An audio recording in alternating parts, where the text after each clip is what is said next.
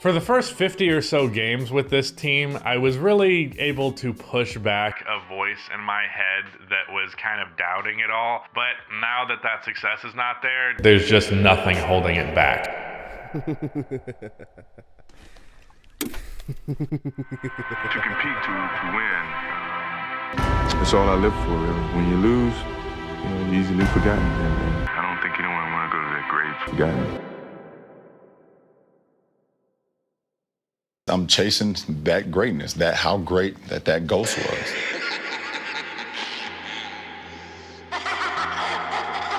About how great that ghost was.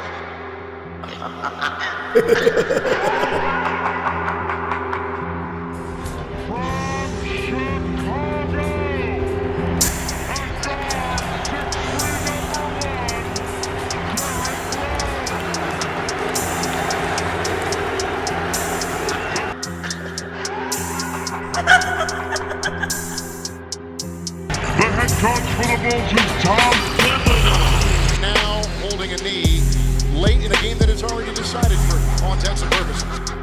In a league of very valuable players, you are the most valuable. And as You serious? You can't keep getting Jimmy Butler has been set, reunited with his former coach Tom Thibodeau in Minnesota. Zach LaVine, Chris Dunn, and the number 7 pick go to Chicago. keep getting away with it. Turn Jimmy Butler. When you lose a game by 50 points, you don't deserve a day off. There's nobody on that team who's a made man. Jim Boylan is out, fired after 2 seasons as Bulls head coach. Bulls land Nikola Vucevic and Al-Farouq Amino for Otto Porter, Wendell Carter Jr., and 2 first-round picks. Huge addition for Chicago, who remains in pursuit of Lonzo Ball. Yeah, I literally, I really can't run or jump. It's every day. Even, going upstairs and stuff, it's still painful. I believe it would be the wisest decision to just cut your losses and blow it up. This is all I got.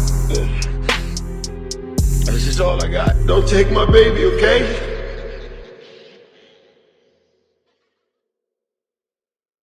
What are the Chicago Bulls without Michael Jordan?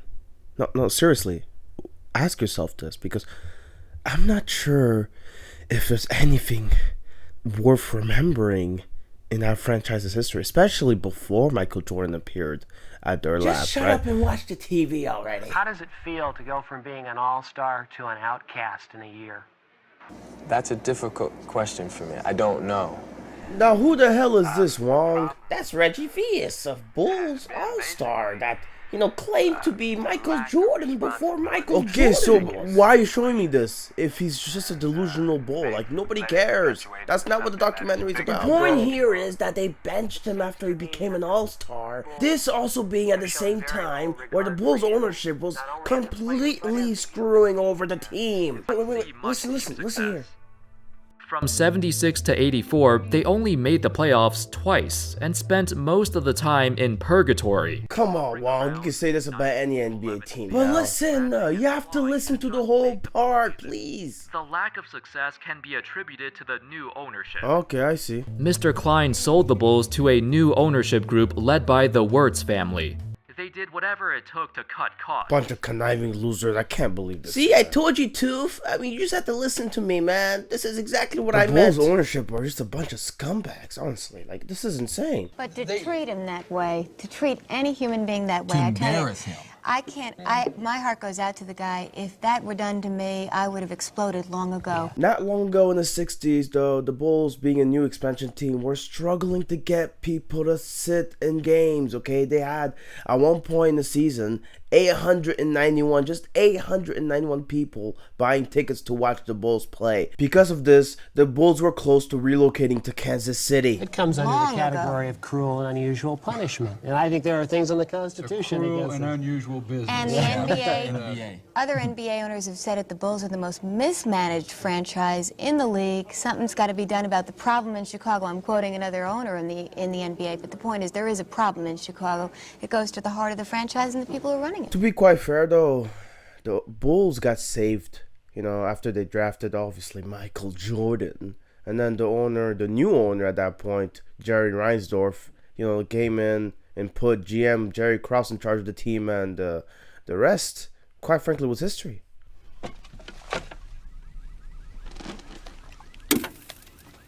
no one official is prepared to comment, religious groups are calling it Judgment Day. There's Michael Jordan, his very image. As an increasing number of reports of a witness here, a sensational chart-topping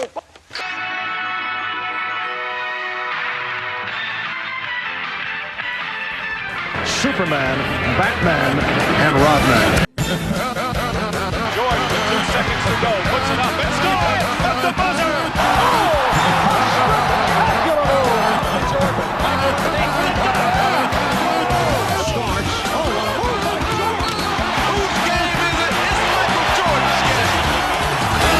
Now this is when the legend of Michael Jordan was made. Kids growing up at that time, they idolized him. They wanted to be like Mike. They wanted MJ's shoes. Every game was sold out in the United Center. The Bulls were the talk of the town. And not just that, but the whole nation was talking about him. Michael Jordan was at the center of it all. Tony, let's get to the last dance. You've been all hyped about the last dance. This documentary took over everyone's minds during quarantine. Oh boy. In the last dance. On the last dance. The last dance. Some of the Bulls' greatest moments were revisited in this beautiful doc. What was your call on that last play? That was get the ball, Michael. Everybody get the fuck out of the way. Go to the basket. Although there were some moments where MJ's legacy took a hit. I thought the legacy of Michael Jordan took its biggest hit ever last night. I mean, the amount of content that this doc provided to us was amazing. All that whining they did, why shake their hand? They were just whiners. They won the series. Give them credit. We got old. They got past us, but okay, move on. I mean, just listen to this man right here. Detroit can't get over it. Get over it. And in my eyes, MJ came out of this the winner. Get the fuck out of here. Go fucking anywhere, but you out of here. And Dennis Rodman, man, I did not expect this. I just practiced a lot about the angle of the ball and the trajectory of it. The story was centered around Jordan, and of course it was, because he's the best. He won the slam dunk competition, and he was a defensive player of the year. And this dude, Rodman, man. You got a Larry Bird, it's gonna spin. You got a Magic, and maybe spin. I never got so inspired over rebounding. Click and go back this way. Boom, here. Click and go that way. Boom, that way. Click here and go like this way. One of the best things to come out of 2020. That documentary is the single greatest thing I've ever watched in my life, and I didn't even grow up watching basketball. Shut up, bro. Nobody cares, bro. I'm so glad everybody hates this guy, bro. But seriously, though, how did it all end? How did a dynasty that, was so successful break up all of a sudden? But he alienated MJ, but then he also alienated Scottie Pippen and others with some of the decisions that he was willing to make. And it was all because of the ego. So, like many, Stephen A. Smith is pointing the finger at Jerry Krause. He was portrayed as the villain in this documentary that we just went over. It made no sense whatsoever. If you're winning basketball games and you're selling out arenas everywhere and you continue to win, why mess with that? He wanted to mess with it because he wanted to prove that, he deserved so much credit for all of this. One key thing to keep in mind here is Jerry Krause, having worked in baseball before this, over there, a lot of the credit is attributed to great management. Well, I think that we looked at Jerry Krause was the villain. And then No, he wasn't. No. He was portrayed as the villain because, at the end, because he took it apart. He didn't take that apart. Anybody think that's a fool? That thing was all orchestrated by Jerry Reinsdorf. The notion that little man broke up the Bulls is asinine and absurd. Jerry Reinsdorf broke up the Bulls because he didn't want to pay anybody. You think about this. He let Horace Grant go because he became a free agent, didn't want to pay him. They probably won't talk about that in the documentary. That's why he left and went to Orlando. He only paid Michael the last 2 years. Yeah. When he had Michael at a bargain, he was happy. So he didn't want to pay Michael. He paid him those last 2 years. And he had Scottie under a great deal. That's the reason he broke up the Bulls, strictly because of money. But to try to make Jerry Krause to be the bad guy, I thought that was very disingenuous by Jerry Reinsdorf. You can pick whichever side you like, okay? It doesn't change the fact that we go into the next decade and the Bulls are in for it. This post-dynastic Bulls, managed again by Jerry Krause, I mean, they were in for a long haul because this would be some of the worst display of basketball we'd ever see. I mean, these guys would reach franchise lows. To this day, it has not been beaten. These guys were so horrific. So many trades were made. So many new players were added. I mean, so much was done in this rebuild that for it to bear no fruits at all is quite frankly embarrassing. And some of the players you have here, you'd think, oh, they're franchise-changing players. But the Bulls, something began to change in 2004 when Luol Deng and Ben Gordon got picked in the first round, right? I mean, you still had Tyson Chandler in your team, but then you have a chance of nabbing LaMarcus Aldridge, but you trade him away. And then you get Ben Wallace, you trade Tyson Chandler away. And then Joakim Noah comes in eventually. And finally, there's hope. It is their first #1 overall pick since 1999. The Bulls having won the lottery with such little odds. I mean, 1.7% chance of even getting the first pick, and they got it. 8 other teams had better odds than the Bulls to get the pick. And the Bulls, they got lucky, man. Derrick Rose, Chicago native. Now you're playing for the Chicago Bulls in the house that Michael Jordan built. And boy, he had some big shoes to fill. I mean, big shoes. For the Jordan era, words simply cannot describe it. 3 straight world championships. Unreal. But this would prove to be the greatest chance the Bulls had at regaining glory. People were afraid of him. I want to know what you're going to do about the Chicago Bulls. You're the man right now. You're the #1 overall pick. He was pushing us all to be better because he wanted to win. And guess what? It worked. Oh, Rose came down bad on his left foot. See him holding onto his knee, and down. He was flying, and he came down wrong on the left foot. Now, whether it was an ankle or a knee, I do not know. One of the most tragic moments in NBA history. With an assortment of injuries, and now holding a knee late in a game that is already decided for all intents and purposes. And a lot of this can be blamed on Tom Thibodeau. I mean, this guy playing Derrick Rose when they have a 12-point lead with 1 minute to go. Come on, sit him on the bench. And despite Rose not being the same player he was in his prime, I mean, the city still loved him, and he loved them back. I do hear the rumors. I never really thought about just packing up and just leaving or like demanding a trade or something like that. Around this time, Rose was filming a documentary, and the story that was already tragic got even more so with Rose. So nervous right now. I don't know why. Why you want to talk to you? Yeah. Because he in New York right now. Yeah, you just got that last night. I hope nothing didn't happen. As he sits back down and films a take, the camera crew informs him that his agent is now on the line. Here it is. A moment that I'm not sure I've ever seen before this one. It's just sad. What's up, B?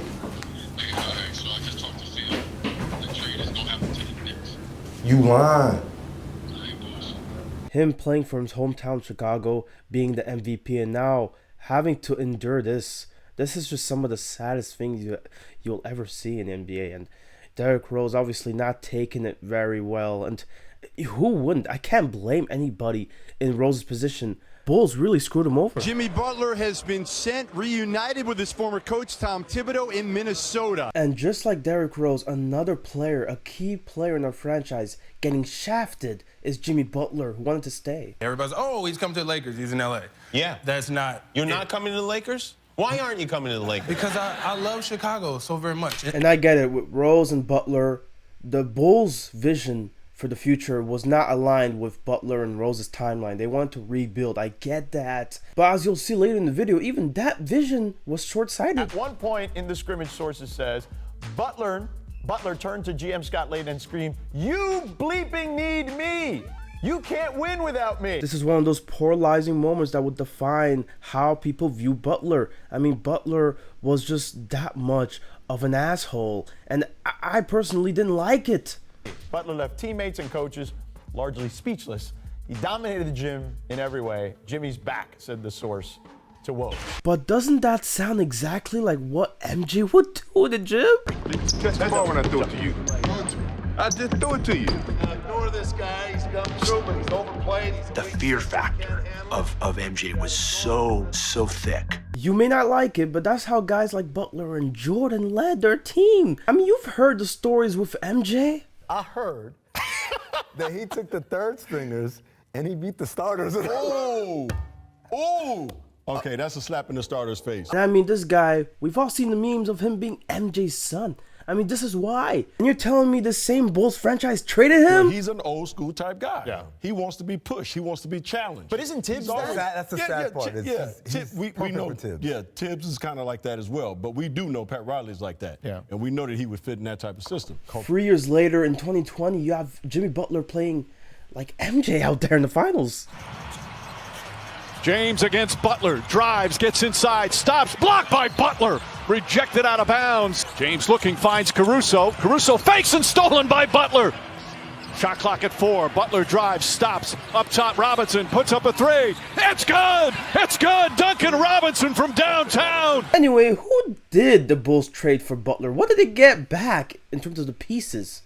In the deal, Zach LaVine, Chris Dunn, and the number 7 pick go to Chicago. Zach LaVine, 2 years after that trade, yeah, this happened with the Bulls franchise. Oh boy. After they lose by 56 to the Boston Celtics, and after playing back-to-back, Jim Boylan wants to have a practice on Sunday, and there was talk of a boycott by the players of that practice. And then it kind of came down to they did show up, but then they just had to kind of clear the air meetings with players only and then players and staff. And Charles Barkley, man, he gave it to those Bulls players.